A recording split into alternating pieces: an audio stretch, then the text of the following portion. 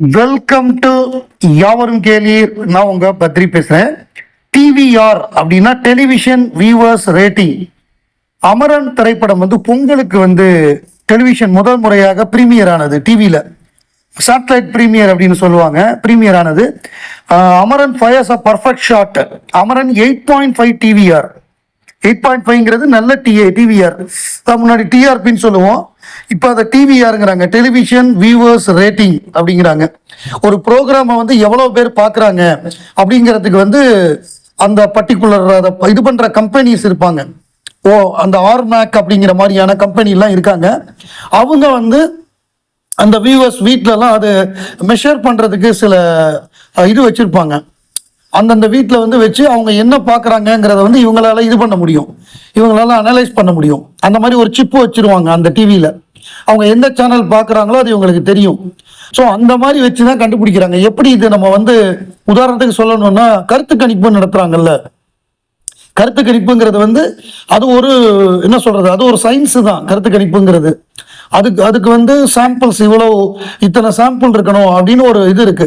அதாவது சாம்பிள்ங்கிறது கம்மியாக இருக்கும். ஒரு 1,00,000 பேர் போட்டிடுற இடத்துல ஒரு 5,000 பேர் அந்த மாதிரி ஆள்கிட்ட கருத்து எடுப்பாங்க. அதாவது வெவ்வேறு கிராஸ் செக்ஷன்ல எடுப்பாங்க. வெவ்வேறு ஏஜ் குரூப்பு, வெவ்வேறு கிராஸ் செக்ஷனு, வெவ்வேறு தொழில் செய்கிறவங்கள்ட்டலாம் எடுத்து அதை வச்சு தான் கருத்து கணிப்பு போடுவாங்க. அந்த மாதிரி இதுலையும் டிவிஆருங்கிறதும் அப்படிதான் ரொம்ப காலமாக நடந்துகிட்டு இருக்கு. இது பர்ஃபெக்டாக இருக்கும். கருத்து கணிப்பை விட இது பர்ஃபெக்டாக இருக்கும். ஏன்னா இது என்ன பார்க்குறாங்கிறத நம்மளால கண்டுபிடிக்க முடியும். அதை வச்சு போட்டிருக்காங்க. அதில் 8.5 வந்திருக்கு அமரனுக்கு.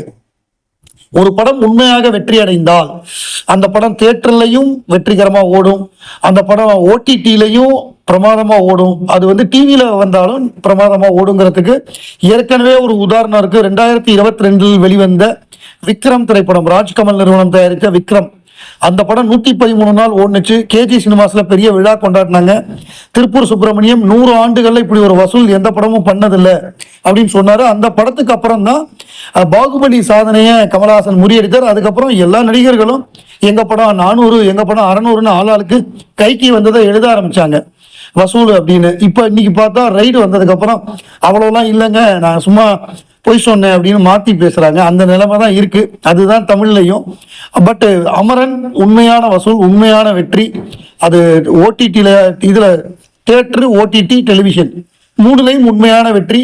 2024 அமரன், அது 2025 பொங்கலுக்கு இதில் வந்தது. விஜய் டிவியில் பிரீமியர் போட்டாங்க. ஸோ அதை அவங்க ரொம்ப ஹாப்பியாக, மக்கள் இதுலையும் பெரிய வெற்றி கொடுத்துருக்காங்க. அதாவது விஜய் டிவியில் 8.5ங்கிறதெல்லாம் பெரிய விஷயம். இதே சன் டிவியாக இருந்தால் இது எங்கேயோ போயிருக்கும். அப்போ விஜய் டிவியில் போட்டு 8.5 வருதுன்னா எவ்வளோ பேர் பார்த்துருப்பாங்க பாருங்க. சைமால ஒரு ஒரு இது போட்டிருந்தாங்க, ஒரு போஸ்ட். என்னன்னா, actors who sung for other actors அப்படின்னு போட்டிருந்தாங்க. அதை பார்த்தோன்னே தான் எனக்கு ஒரு ஐடியா வந்தது. உலகநாயகன் மற்ற ஆக்டர்ஸுக்கு என்னென்ன பாட்டெலாம் பாடியிருக்காருங்கிறப்ப தான் எனக்கு அந்த மோகன் ஞாபகம் நேற்று அந்த ஈவினிங் ஒரு வீடியோ போட்டேன், நைட் அந்த போல் போட்டேன். அதாவது எனக்கு ஞாபகம் இருக்கிறத சொல்கிறேன். அது எதாவது விட்டுருந்தா நீங்கள் சொல்லுங்கள். முதல்ல கமல் சார் ஏன்னா அவருக்கு சொந்த குரலில் பாடுவார், அது நமக்கு தெரியும். ஆரம்பத்துலேருந்தே அவர் பல பாடல்கள் பாடியிருக்காரு. ஞாயிறு ஒளிமலையில் அப்படி அதுதான் முதல் பாட்டுன்னு நினைக்கிறேன், அந்தரங்கம் படத்தில். ஞாயிறு ஒளிமலையில் அது அந்த பாட்டு. அதுக்கப்புறம் ஏராளமான பாடல்கள், நினைவோ ஒரு பறவை எல்லாம் வந்தது. அந்த மாதிரி நான் வரிசையில் சொல்லலை, அவர் சொந்த குரலில் பாடின பாட்டை சொல்கிறேன். இதில் ஒரு பாட்டு இருக்கும், அவள் அப்படித்தான்ல, பிரமாதமாக பாடுவார். நியாயங்களோ பொதுவானது புரியாமல் போனது, பன்னீர் புஷ்பங்களே அந்த பாட்டு. தண்ணியை போட்டால் சங்கீதம் பிறக்கும் அந்த பாட்டு இதில் பாடியிருப்பார். சவால் தான் நினைக்கிறேன். இந்த மாதிரி நிறைய பாட்டு வேற படங்கள்ல இந்த அண்ணன் வாடா தம்பி வாடான்னு ஒரு பாட்டு, அது வேற நடிகருக்கு பாடினதுன்னு நினைக்கிறேன். அது சஷ்டி விரதமா அந்த மாதிரி ஒரு படம், அது தசரதனோட ஐயப்பன் படம், அதுல பாடி கொடுத்துருப்பாரு. அப்புறம் அந்த படம் கரெக்டா ஞாபகம் இல்லை, சரணம் ஐயப்பான்னு நினைக்கிறேன், அதுல பாடி கொடுத்துருப்பாரு. தசரதன் கமலுக்கு க்ளோஸ் ஃப்ரெண்டு, சைல்டுஹுட்ல இருந்து, களத்தூர் கண்ணமாலேருந்து ஃப்ரெண்டு. கமல் மறக்கவே இல்லை, அவருக்கு பயங்கரமா சப்போர்ட் பண்ணாரு கமல். இந்த மாதிரி நிறைய பாடியிருப்பாரு. இதுல அவர் மற்றவர்களுக்கு பாடின பாட்டு அப்படின்னா, அதுல மெயினா பொன்மானை தேடுது, அது மோகனுக்காக பாடி கொடுத்தாரு. அந்த பாட்டு பெரிய ஹிட் ஆச்சு, பிரமாதமா பாடியிருப்பாரு. அதே மாதிரி முத்தே முத்தம்மா உல்லாசம் படத்துல அஜித்துக்காக பாடியிருப்பாரு, பிரமாதமான பாட்டு. அப்புறம் புதுப்பேட்டை படத்துல எதிராளி பாக்குறான் அப்படின்னு ஒரு பாட்டு, அந்த இவர் தனுஷை வந்து கூட்டிட்டு போய் என்னென்னலாம் இருக்குன்னு ஒருத்தர் சொல்லி கொடுக்குறப்ப அந்த பாட்டு பேக் டிராப்ல வரும். அது சூப்பராக இருக்கும் அவர் வாய்ஸ்ல. உள்ளதுலே பெஸ்ட்னு பார்த்தோம்னா யாரோ இவன் யாரோ. இந்த ஏஜில் எவ்வளவு பிரமாதமா பாடி எல்லாம் மிரண்டு போய் எல்லாம் கண்ணில் தண்ணி வந்து இவ்வளவு ஒரு உணர்வு பூர்வமான ஒரு என்ன சொல்றது, நம்மளை அப்படியே அழ வச்சு அந்த பாட்டு வர சுச்சுவேஷனா இருக்கட்டும், அதுல அரவிந்த் சாமி நடிப்பு, அந்த படத்தோட கதை எல்லாம் சேரும் பொழுது அதுல கமலஹாசனுடைய அந்த குரல், உருக்கமான குரல் வந்து அது ஒரு சிக்ஸர்னே சொல்லலாம். நிச்சயமா அவருக்கு வந்து சிறந்த பின்னணி பாடகருக்கான ஏதாவது விருது கிடைக்கும், பிலிம்பேர் அவார்டோ நேஷனல் அவார்டோ ஏதாவது அவார்டு கிடைக்கும்னு நினைக்கிறேன். பார்ப்போம் எப்படி என்ன நடக்குதுன்னு பார்ப்போம். அது சம்பந்தமா உலகநாயகன் கமலஹாசன், அதாவது எந்த லாங்குவேஜ் நடிகராக இருந்தாலும் அவங்க வந்து என்ன பண்றாங்க அப்படின்னா, சிரஞ்சீவி வந்து கமலோட பெட்டர் ஆக்டர் அப்படிங்கிறாங்க, இல்லைன்னா கமலுக்கு ஈக்குவலான ஆக்டருங்கிறாங்க. மலையாள இண்டஸ்ட்ரி பார்த்தா மம்முட்டி மோகன்லால் வந்து கமலோட பெட்டர் ஆக்டருங்கிறாங்க, இல்லை கமலுக்கு ஈக்குவலான ஆக்டருங்கிறாங்க. இதே தான் ரஜினி ரசிகர்களாக இருந்தாலும் சரி, அமிதாப் ரசிகர்கள் நார்த்ல இருந்தாலும் சரி, எல்லாருமே சொல்றது.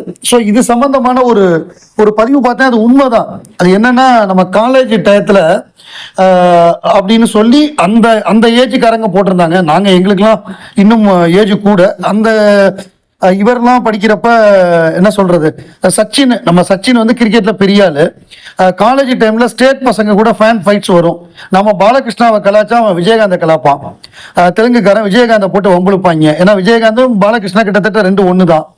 ரஜினியை தான் சூப்பர் ஸ்டார்னா அவங்க மோகன்லால், சிரஞ்சீவி, அமிதாப்னு இறக்குவாங்க. அஜித் விஜய்னா பவன் கல்யாண், மகேஷ் பாபுன்னு டஃப் கொடுப்பாங்க. 3 கான்ஸ் அண்ட் ரித்திக் ரோஷன் அவங்க சொல்றப்ப நம்ம வீக் ஆயிடுவோம். ஏன்னா ட்ரம்ப் கார்டு விளையாடும் போது சச்சின் கார்டை கடைசியா இருந்தாலும் ரன்ஸ், செஞ்சுரிஸ், ஹண்ட்ரட்ஸ்னு வரிசையா ஷோ காட்டோம்ல, அப்படி கடைசியா நம்ம எடுக்கிற ட்ரம்ப் கார்டு தான் கமல். அந்த கார்டுக்கு சவுத் நார்த் எங்கேயும் மேட்சே இருக்காது, சரண்டர் தான். இந்த ஆளு அப்பவே பெரிய பிராண்ட் அப்படின்னு சொல்லியிருந்தாங்க. ஆனா அது உண்மைதான். நீங்க எங்க போனாலும் கமலஹாசன் அப்படின்னீங்கன்னா அவருக்கு மிஞ்சி கிடையாது.